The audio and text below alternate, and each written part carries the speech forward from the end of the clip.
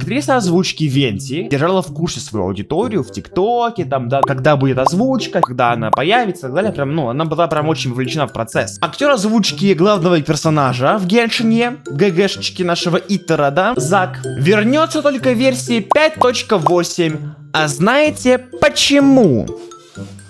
Потому что ему было очень сложно, у него была большая загруженность, было много реплик, чтобы Вы, вообще когда-нибудь последний раз слышали главного героя в сюжете? Вы его голос вообще когда-нибудь слышали вообще? Когда давно это было? У него 3 реплики на весь сюжет. Какой нахуй? Какая загруженность? О чем ты смелишь? Я понимаю, допустим, Пайман, да? Я понимаю другие персонажи, которые... У них там есть много диалогов.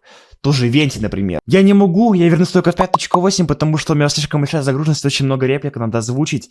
Че ты, кому ты пытаешься на лапшу на уши повесить?